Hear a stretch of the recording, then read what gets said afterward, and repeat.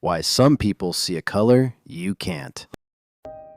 Look at two squares of blue, side by side. To you, they are two blues. Slightly different maybe, but the same basic color.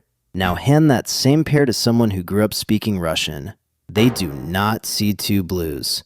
They see two entirely different colors, as obviously and unarguably different as green is from blue to you. Same eyes, same light, same two squares.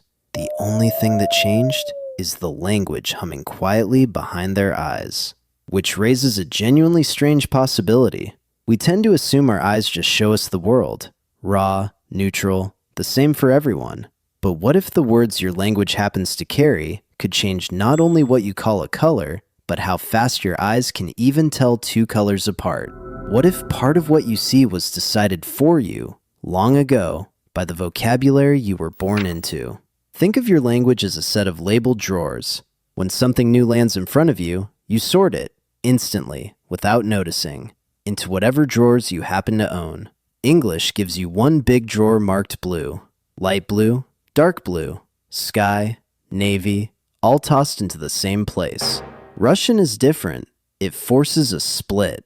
There is no single everyday word for blue. There is голубой for lighter blues and синий for darker blues. Two separate drawers from childhood with no choice about it. And it turns out that having two drawers instead of one does something measurable to how quickly you can sort. A team of researchers decided to test this properly. They gathered native Russian speakers and native English speakers, sat them in front of a screen, and showed them three squares of blue at a time. One square on top, two below. One of the two below was an exact match. Their only job was to tap the match as fast as humanly possible. Simple, almost boring. No talking, no naming, just eyes and speed. And hidden inside the colors was the crucial trick. Sometimes the two blues fell on opposite sides of that Russian boundary, one голубой and one синий, and sometimes both blues sat on the same side. Here's what happened. When the two blues straddled the language boundary, Russian speakers were faster, noticeably faster. Crossed that invisible line their language had drawn, and their eyes snapped to the answer. English speakers, with their one big drawer, showed no such edge at all. To them, a blue was a blue was a blue. And then the researchers did something that turns a curiosity into a genuine finding.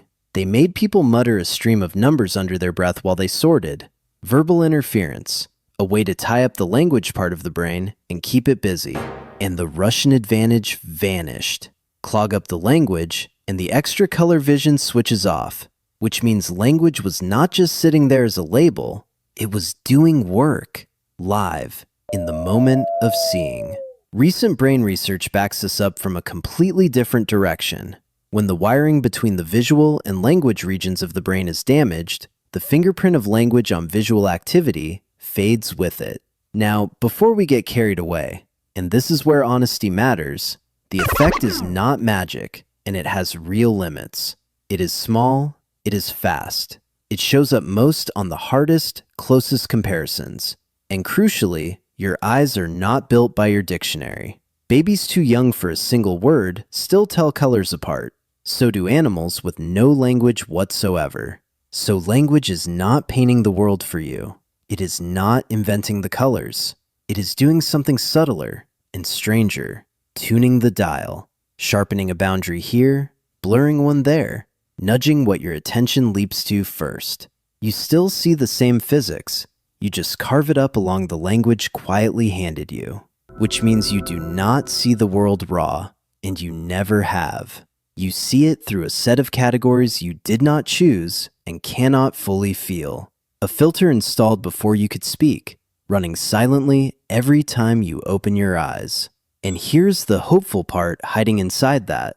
Learn a new word for a shade, a smell, a texture, a feeling.